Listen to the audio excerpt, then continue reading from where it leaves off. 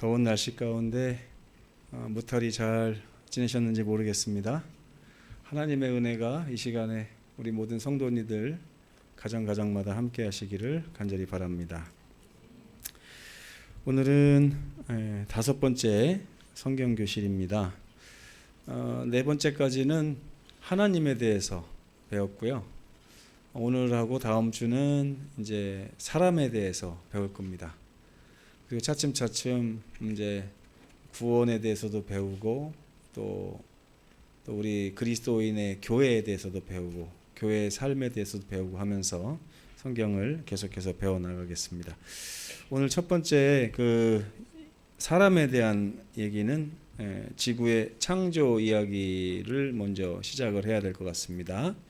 창세기 1장 1절 같이 읽겠습니다. 시작. 태초에 하나님이 천지를 창조하시니라. 아주 간단한 말인데도 불구하고 이 구절이 없었다면 우리 사람들은 이 세상이 어떻게 시작됐는지를 아무도 몰랐을 것입니다. 그렇죠? 오직 성경에서 이 세상이 이렇게 시작됐다라고 이야기해 주고 있기 때문에 우리가 그것을 알 수 있는 것입니다. 이 성경 말씀 창세기 1장 1절이 없었다면 사람에게 남아있는 것은 딱 2가지가 있더라고요. 사람이 아주 똑똑한 것 같고 요즘에 우주로 막 이제 우주선도 발사하고 이렇게 해서 굉장히 똑똑한 것 같죠, 사람들이. 그런데 그 어떤 훌륭한 사람한테 가서 하나님이 세상을 창조한 사실 외에 당신이 알고 있는 세상이 어떻게 시작됐는지에 대한 이론이 있다면, 지식이 있다면 얘기해달라 그러면 세상에는 딱 2가지밖에 안 남아요. 하나는 뭐냐면 토마스 헉슬리가 얘기한 불가지론이라고 하는 것입니다. 불가지론은 뭐냐면 안 봐서 모른다 이겁니다. 안 봐서 모른다. 그리고 불과 이제 한 150년 됐겠네요. 그 정도 됐나요? 그 찰스 다윈이 진화론이라고 하는 사상을 발표한 지가 그 정도 됐는데 그 전까지는 하나님이 세상을 창조하셨다 하는 거하고 모른다 하는 거하고 2개밖에 없었어요. 인류 역사를 통틀어서 지구가 어떻게 시작됐는지에 대해서는 모르거나 하나님이 창조하셨거나 이 둘 중에 하나밖에 없었고요. 불과 몇 년 되지 않았을 때 찰스 다윈이라는 사람이 이 세상은 우연히 생겨나게 되었다라고 하는 말도 안 되는 말을 함으로 인해서 이론이 3가지가 된 거예요. 창조론, 진화론, 불가지론 외에는 그 어떤 과학자도 지구가 어떻게 시작됐는지를 말하는 사람이 없습니다. 제가 이걸 공부하면서 깜짝 놀랐어요. 왜 깜짝 놀랐냐면 사람이 이렇게 무능하고 멍청하다고 하는 생각에 깜짝 놀랐어요. 그 똑똑한 사람들, 아인슈타인이나 또 누가 있습니까? 스티븐 호킹 박사 이런 사람들도 도대체 이 세상이 어떻게 시작됐는지에 대해서 그 바탕을 어디다 두고 있냐면 진화론에다가 두고 있는 거예요. 왜 진화론에 대해서 두고 있는가 봤더니 이 사람들은 그냥 창조론을 믿기가 싫은 것 같습니다. 이 3가지밖에 없는데 진화론을 보면 말도 안 되는 것이 너무나 많거든요. 진화론을 한 일주일만 연구해봐도 이것이 허구구나 말이 안 되는구나 하는 것을 누구나 알 수가 있는데 이건 뭐 오늘 이 시간에 자세하게 설명을 드릴 수는 없고요. 그리고 불가지론은 모른다 그러니까 모르는 사람하고 얘기해봤자 뭐합니까, 그죠? 그러니까 유일하게 남는 게 뭐냐면 창조론입니다. 창조론은 뭐냐면 이 세상의 시작에는 하나님이라고 하는 분이 이 세상을 만들었기 때문에 세상이 시작됐다. 물론 이것도 믿음이 없이는 굉장히 믿기가 어려운 것이죠. 하지만 제가 공부를 해보고 연구를 해보니까 진화론보다는 훨씬 더 믿음이 갑니다. 진화론은 정말 말이 안 되는 부분들이 많기 때문인데요. 이 창조에 대해서 개념을 요약을 해봤습니다. 함께 읽겠습니다. 시작. 하나님은 만물의 창조주이시며 성경 속에 당신의 창조 활동에 관한 권위 있는 설명을 계시하셨다. 엿새 동안 주님은 하늘과 땅 그리고 지상의 모든 생물을 만드셨으며 그 첫 주일의 일곱째 날에 안식하셨다. 이렇게 그분은 당신께서 창조 사업을 마친 것에 대한 영구적인 기념물로 안식일을 제정하셨다. 첫 남자와 여자는 창조의 극치로서 하나님의 형상으로 창조되었고 세상을 다스리고 그것들을 보호할 책임을 가지게 되었다. 세상이 다 창조되었을 때 그것은 하나님의 영광을 선포하고 있었으며 심히 좋았다.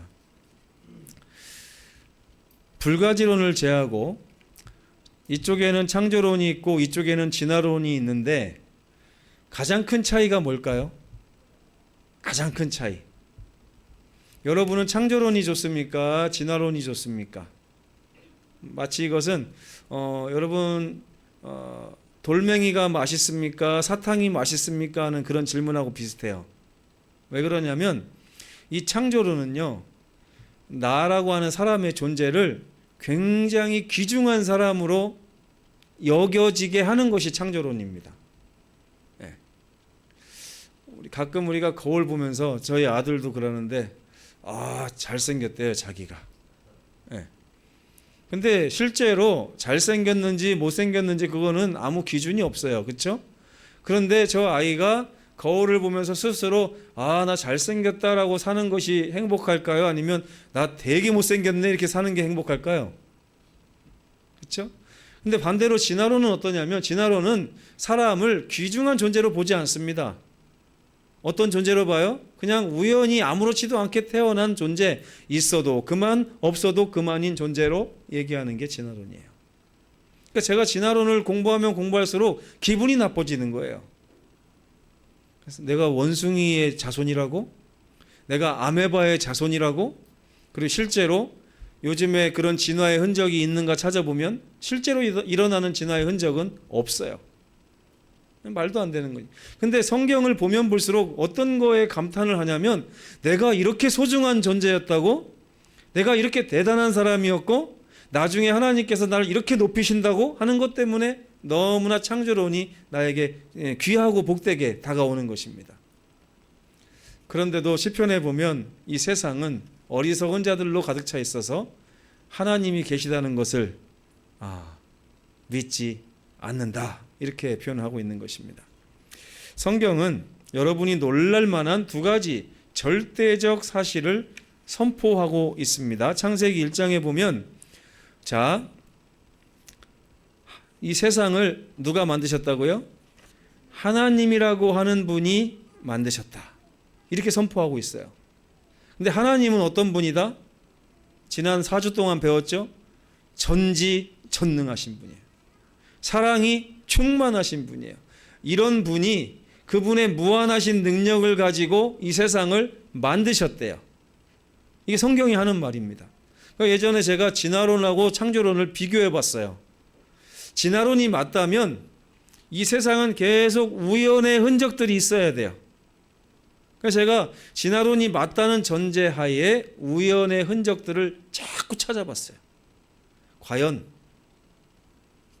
원숭이가 사람이 되는 경우가 있는가? 그렇죠? 개구리가 원숭이가 되는 그런 일이 일어나는가? 제가 반백년을 살면서 한 번도 본 적이 없어요. 그 비슷한 것도 본 적이 없습니다. 그런데 믿어지지는 않지만 이 세상을 아주 전지하시고 전능하신 능력이 어마어마하신 분이 만드셨다고 하는 전제하에서 이 세상을 바라보니까 이해되지 않는 것이 없는 거예요. 그냥 어떻게 하면 돼요? 와, 하나님의 능력이 이 정도로 위대하시구나 하면 그냥 다 해결돼요. 와, 바다가 어떻게 저렇게 넓지? 하나님의 능력이 그렇게 위대하신 것이구나. 바다의 생물이 어떻게 그렇게 종류가 많지? 고래는 왜 그렇게 크지? 어마어마한데? 그러면 어떻게 생각하면 돼요? 와, 이걸 만드신 하나님이 그렇게 위대하다는 것이구나. 현미경으로 나뭇잎을 이렇게 살펴보면요, 얼마나 아름다운지 몰라요.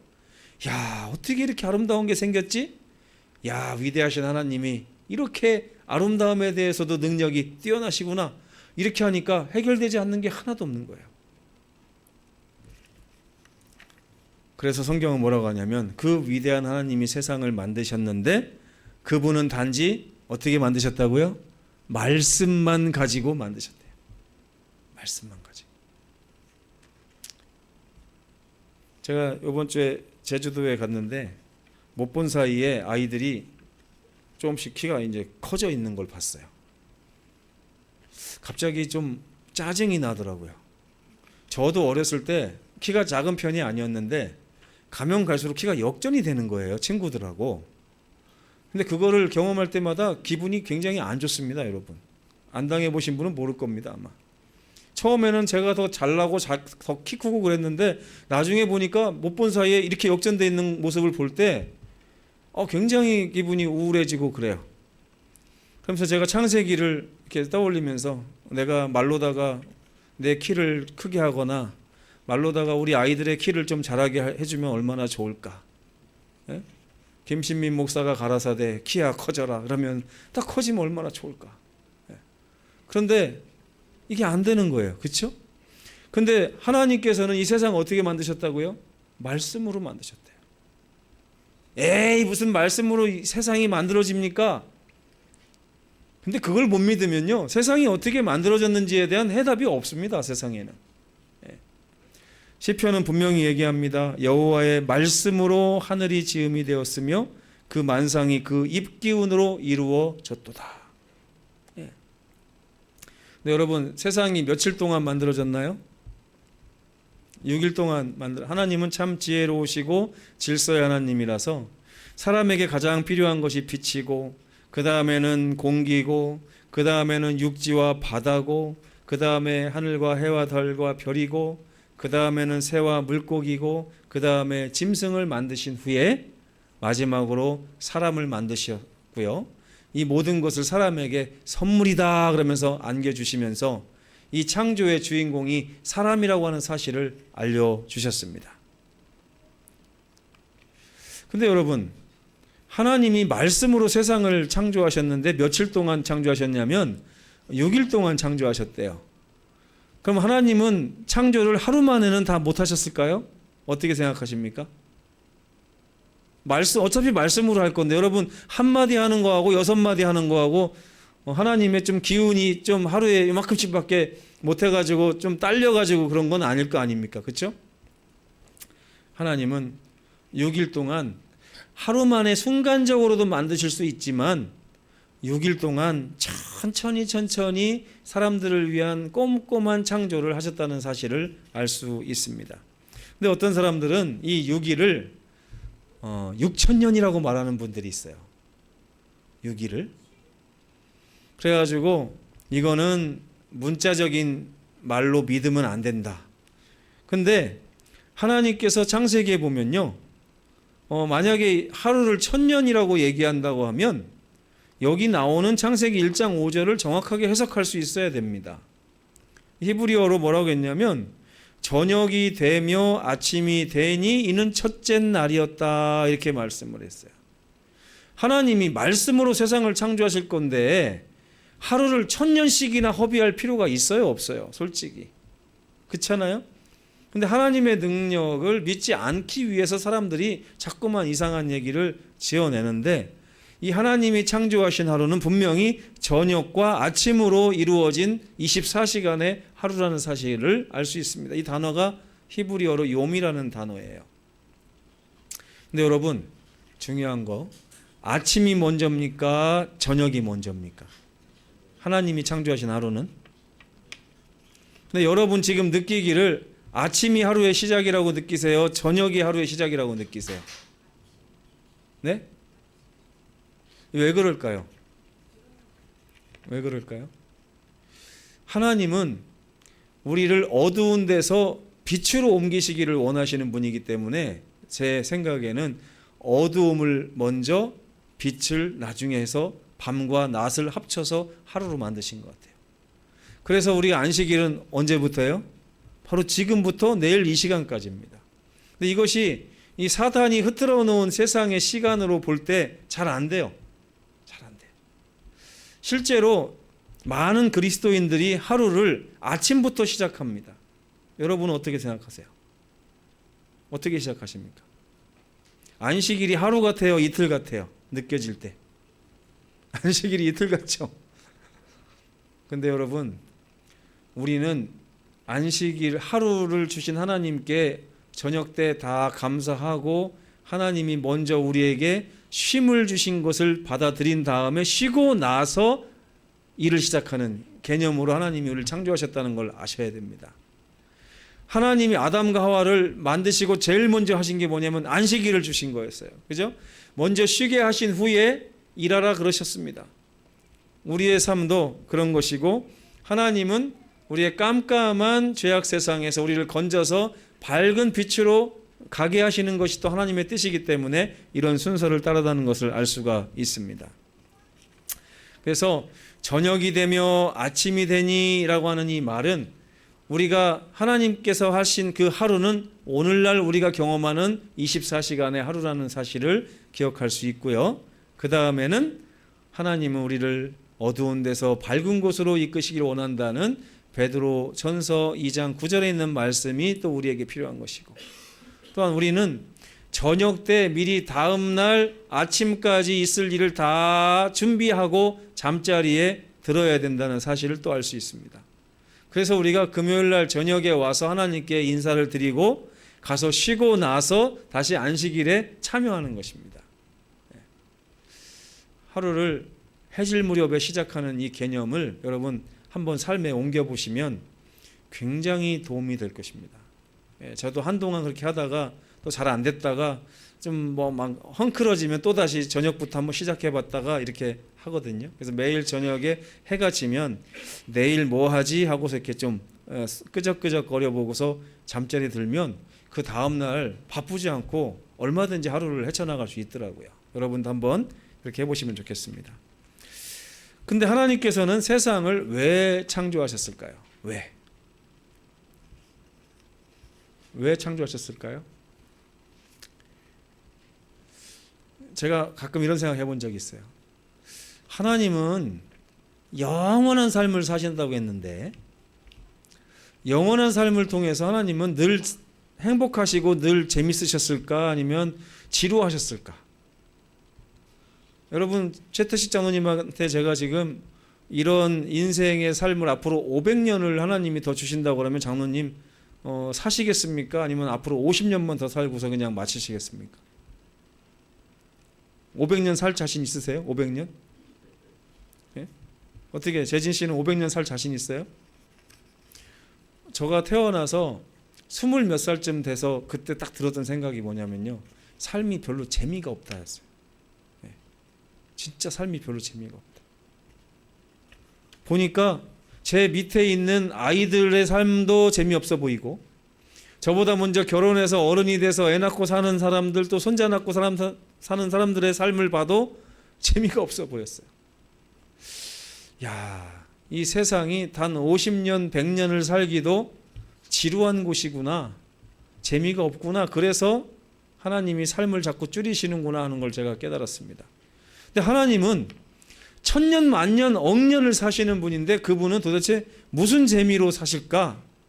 아하, 심심하시니까 자꾸 창조를 하고 돌아다니시는구나, 이렇게 제가 생각을 한 거예요. 과연 그럴까요? 하나님은 왜 세상을 창조하셨을까요? 요한일서 4장에 그 답이 나옵니다. 하나님은 사랑이시기 때문에 이 사랑 때문에 창조를 하게 됐다, 이것입니다. 사랑 때문에. 여러분, 우리 아이들이 왜 태어나죠? 우리 정기엽 집사님하고 김하연 집사님이 처음부터 애를 3명 낳기 위한 목적으로 결혼했을까요? 아니죠? 저 아이들이 태어난 이유가 뭐예요? 정기엽 집사님하고 김하연 집사님이 사랑해서 만나서 결혼해서 계속 사랑하다 보니까 사랑의 결과로 아이들이 자꾸 태어나는 거예요. 창조도 마찬가지입니다. 하나님께서 세 분이 온전히 사랑하시고 그 피조물들을 너무 사랑하시기 때문에 그 사랑하시기 위한 목적으로 자꾸만 창조가 일어나는 거예요. 그래서 하나님은 우리를 사랑하시고 우리 또한 하나님을 사랑하게 하시기 위한 목적으로 세상을 창조하신 것입니다. 그러면 하나님의 창조는 언제 완성되는 걸까요? 여러분, 언제 완성되는 걸까요?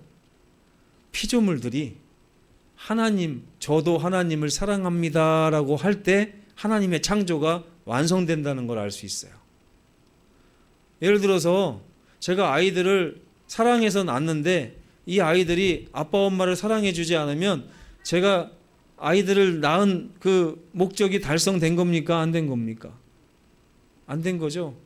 엄청 불행해. 하나님도 지금 우리의 태도로 말미암아 굉장히 불행한 시즌을 겪고 계신 것 같습니다.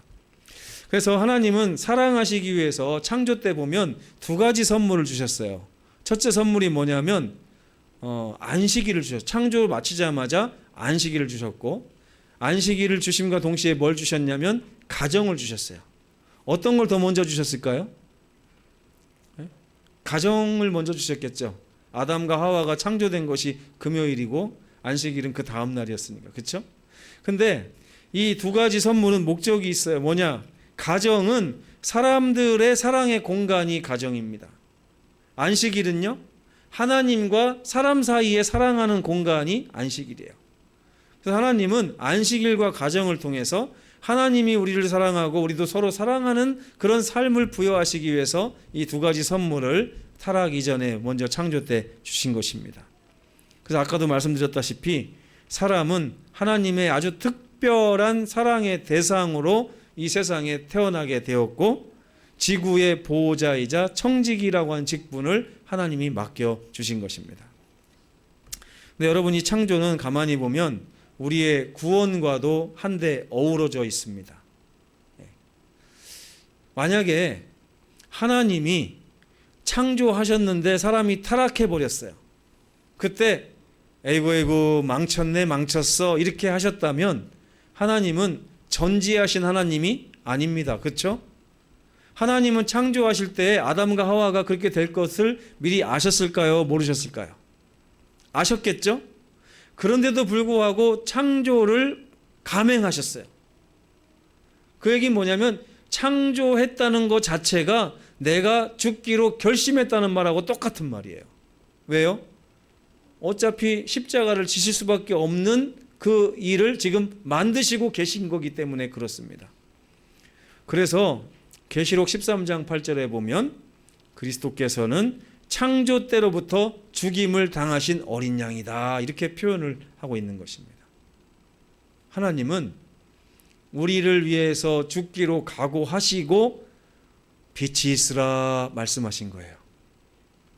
하나님은 우리를 위해서 죽기로 각오하시고 궁창이 있으라 말씀하신 것입니다. 이 하나님의 사랑을 우리가 묵상하면 묵상할수록 얼마나 이 값진 사랑인지 모르겠습니다. 근데 여러분, 아까 이 사람을 만들 때 하나님이 6일이라고 하는 시간을 아주 꼼꼼히 사용하셨다고 말씀드렸잖아요. 굳이 한순간에도 창조할 수 있는 것을 지구와 같은 별을 한 번에 20억 개를 만드셔도 하나님 말씀 한 번이면 될 것입니다. 그런 하나님이 아담 하나를 만들어서 이 세상을 주시기 위해서 6일 동안 수고하셨다는 것은 얼마나 지극정성으로 이 세상을 창조하셨는지를 알 수 있어요. 그런데 그 사람이 망가졌을 때 하나님이 다시 회복시키시기 위해서는요, 얼마 동안의 시간을 할애하셨냐면 6,000년이라는 시간을 할애하셨어요. 와, 하나님이 맘만 먹었으면 우리를 그냥 바로 고치셔가지고 재창조하실 수 있었겠죠. 근데 왜 그렇게 하지 않으셨을까요? 왜?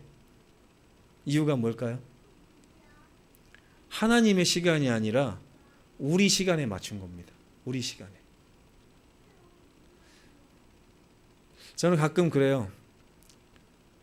지금 다나가 지금 15살, 13살 그런데 하나님이 13년 전에 저런 모습으로 태어나게 했다 그러면 재미가 하나도 없었을 것 같아요.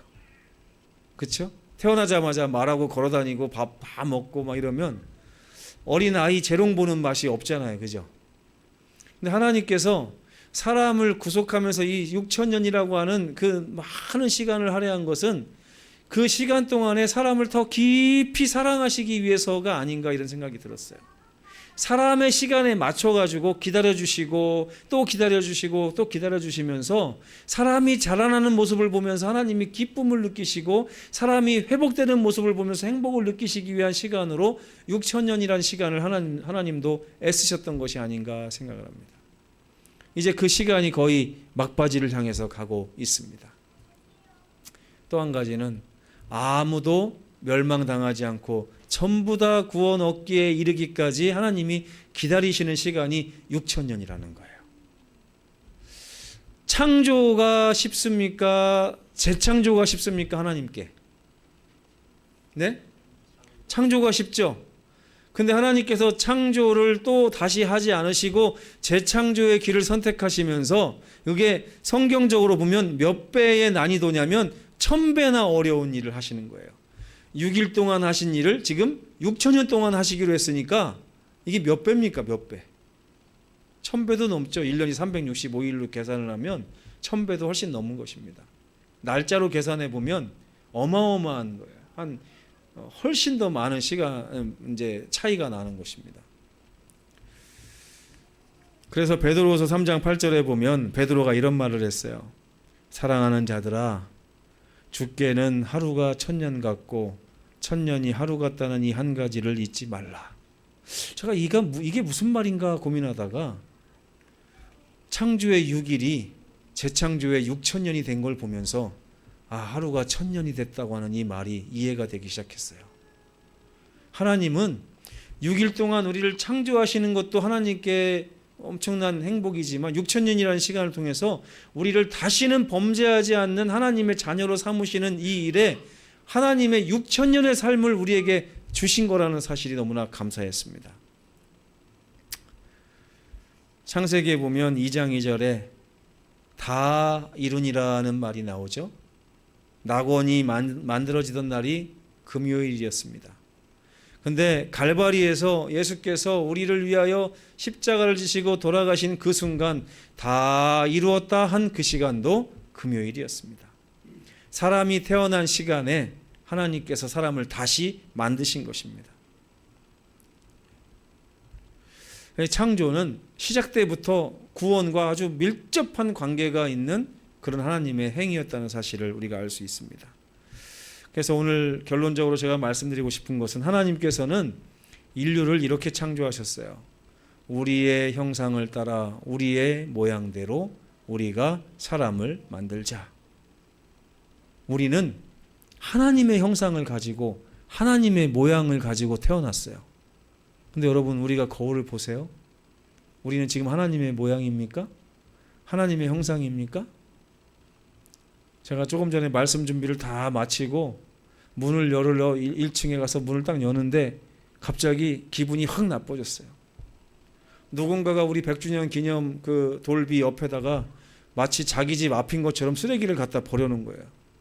그 순간 기분이 확 나빠졌어요. 누가 저런 짓을 하지? 예. 근데 가만히 올라오면서 생각해 봤습니다. 나는 하나님의 형상이라고 했는데 하나님의 형상이 이런 건가? 나는 망가져도 아주 심하게 망가졌구나. 이런 생각을 갖게 된 것입니다. 창조는 하나님의 무한하신 사랑의 이야기고 하나님께서는 우리를 하나님처럼 만드셔서 하나님과 교제하도록 창조하셨는데 오늘 우리는 이렇게 볼썽사나운 모습으로 정말 말도 안 되는 모습으로 살아가고 죄를 짓고 망가진 상태로 살아가고 있는 것입니다. 그럼에도 불구하고 성경은 말합니다. 그분의 무한하신 사랑이 그것을 모르셨던 것이 아니다. 그분은 창조 때부터 알고 계셨음에도 불구하고 우리를 구원하시기 위한 시간으로 기꺼이 창조의 6일을 시작하신 것이다 라고 성경이 말하고 있는 것입니다. 하나님께서는 지금도 우리를 회복시키시고 우리가 잃어버린 모든 것을 전보다 더욱 풍성하게 되찾기를 원하신대요. 그래서 너는 청년의 때에 너의 창조주를 기억하라. 여러분, 우리가 구원받으면 아담과 하와와 구원받은 우리와는 어떤 차이가 있을까요? 아담과 하와는 천사보다 낮은 존재였어요? 높은 존재였어요? 태어날 때부터. 모르세요? 아담이 천사보다 위로 창조됐습니까? 밑에 존재로 창조됐습니까? 아담이. 생각 안 해보셨어요? 천사를 볼 때마다 사람들은 절을 해요. 그렇죠? 그리고 화염검 이렇게 들었다고 했을 때 사람이 거길 못 지나가잖아요. 그렇죠? 이걸 봤을 때 사람은 원래 창조됐을 때 천사보다 못하게 창조가 됐어요. 이 세상의 모든 피조물들이, 우주의 피조물들이 천사보다 못하게 창조가 됐어요. 근데 그 못하게 된 창조자들이, 이제 피조물들이 범죄를 하고 타락을 했어요. 그러면 그 탕자 이야기 아시죠? 아들로 나갔다가 돌아와서는 탕자가 뭐라고 그래요? 이제 저는 종으로 살겠습니다 그러잖아요. 우리가 구원받고서 하나님 나라에 인간보다 못한 존재로 영원히 산다고 해도 감사할 일 아닙니까? 근데 성경에 보면 우리가 구원받은 이후에는 천사보다 어떻게 된다고요? 높임받는 존재가 된다 그랬어요. 저는 이게 참 이해가 안 됐습니다. 네? 실수하고 타락한 인간이 왜 실수하기 전보다 더 높은 존재가 되는가? 그러면서 히브리서에 보면 모든 천사는 사람들의 종으로 이렇게 하나님이 이제 작정하셨다고 딱 나오잖아요. 그렇죠?